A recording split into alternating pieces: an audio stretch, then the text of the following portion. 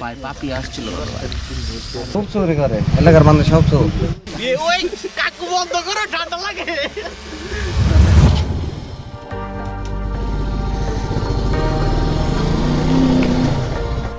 Good morning. এখন বাজে হচ্ছে 5:45। এই সাত সকালবেলা যাচ্ছি রস খেতে আমাদের গ্রামের পাশেই। এটা হচ্ছে ড্যাপলতলি স্ট্যান্ড বলে, বাইরের পাশে। আমার সাথে আমার দুটো ছোটো ভাই যাচ্ছে।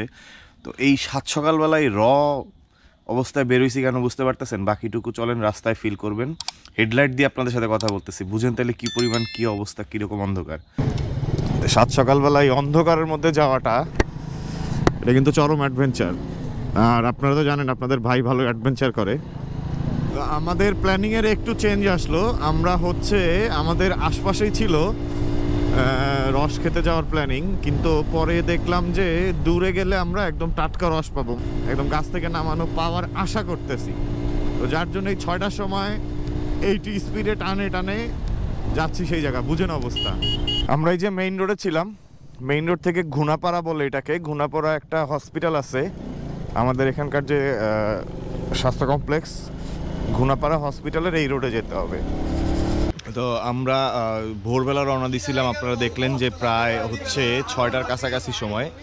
এখন একটু একটু আলো ফুটতে শুরু করছে। এখন হচ্ছে আমরা রসটা খাবো।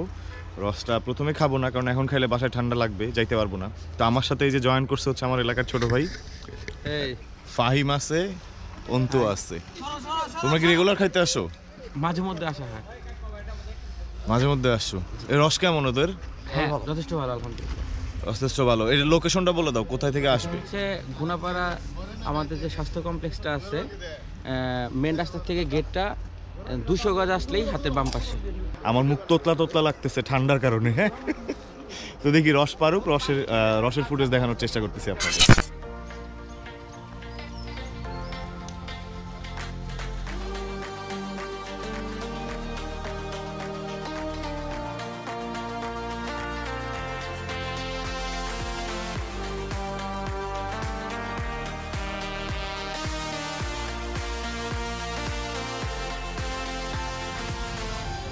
এই যে আমাদের গাছি ভাই, সে নিয়ে আসলো রসগুলা।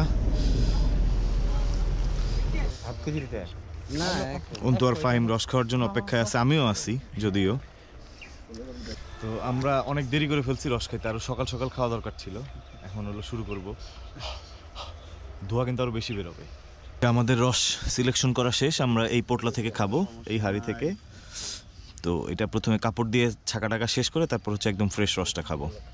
আপনারা যারা এখানে আসবেন এইটুকু এনশিওর করতে পারি যে আপনারা একদম পিওর রস পাবেন, কোনো পানি মিক্স নাই বা কিছু নাই। কিন্তু আপনারা চেষ্টা করবেন একদম সকাল 6টার মধ্যে চলে আসার জন্য। ভাই পাপি আসছিল।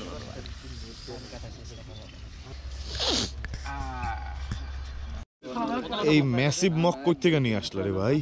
আমাদের জন্য এটা বরাদ্দ। তুমি 1 লিটার রস নিয়ে বসছো একলা। আস্তে আস্তে খাও, তাড়াহুড়োর কিছু নাই।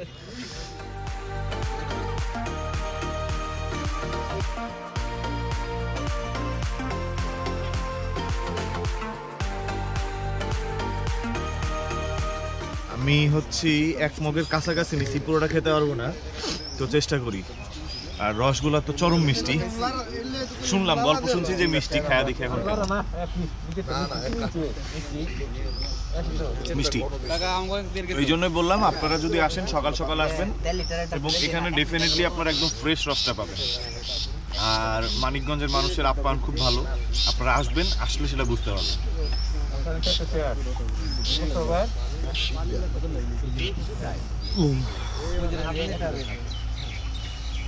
ব্রেক দিয়া খাইতে হবে। হ্যাঁ, আর আমাদের অঞ্চলে একটা কাজ করে, রসের সাথে মুড়ি খায়, হচ্ছে 1 চুমুক রস তার সাথে 1 মুঠ মুড়ি।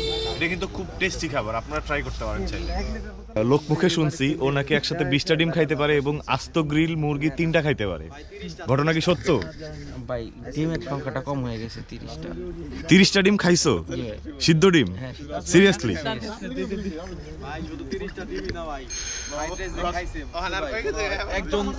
একজন কতটুকু ফ্রাইড রাইস খেতে পারবে? 2 প্লেট, সে 5 প্লেট খায়ও কিছু হয় না তার। মানে এত কিছু কই যায় অন্তু?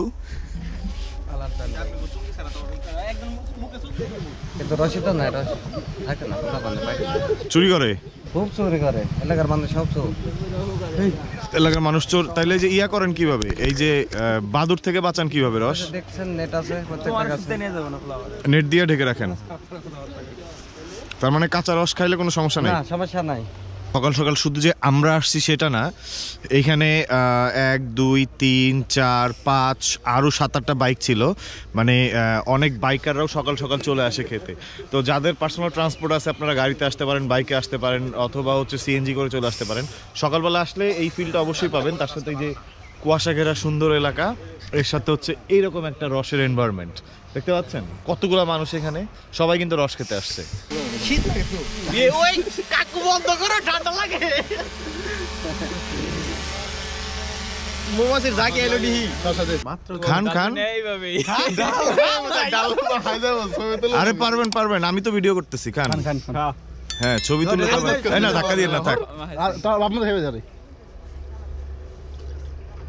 পড়তে না হেলি তো। আপনারা কত দূর থেকে আসছেন রস খাইতে? ঢাকা থেকে আসছি।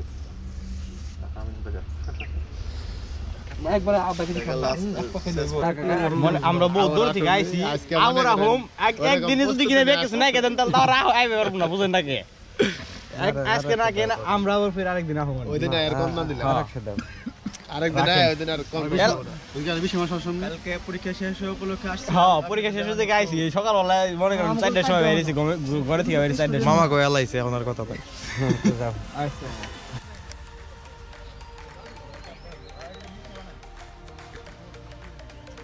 ওই আপনার জাল পেরে যে ঝোলা ঝোলা যেটা বলে আর কি।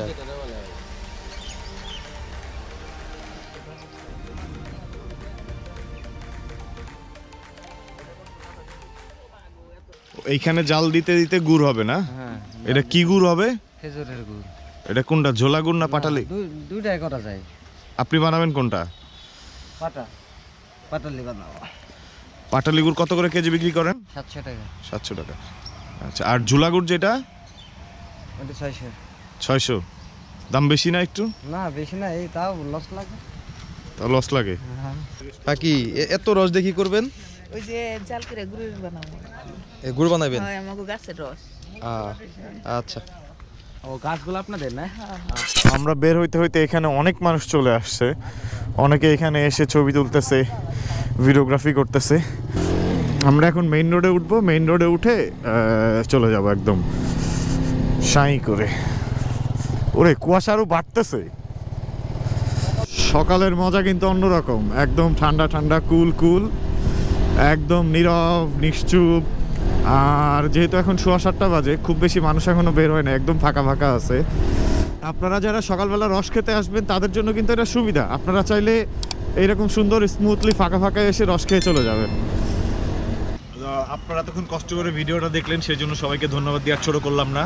এইখানে রস খেতে আসলে ওনার নাম যে সাইদুল, সেটা হচ্ছে ওনার নাম এবং ফোন নাম্বার আমি ডেসক্রিপশন বক্সে দিয়ে দিব, আপনারা অবশ্যই পাবেন। আর যারা এখনও আমার ফেসবুক পেজ এবং ইউটিউব চ্যানেল সাবস্ক্রাইব করেন নাই তারা প্লিজ সাবস্ক্রাইব করবেন। ভিডিও দেখলে ভালো লাগলে লাইক দিবেন, ভালো না লাগলে ডিসলাইক দেওয়ার অপশন আছে, আশা করি সেটা করবেন না। তো সে পর্যন্ত সবাই ভালো থাকেন। আবারও বলতেছি, ভিডিও দেখার জন্য ধন্যবাদ দিয়ে ছোটো করলাম না। নতুন কোনো ভিডিও নিয়ে আবার আসবো আপনাদের সাথে। সে পর্যন্ত টাটা।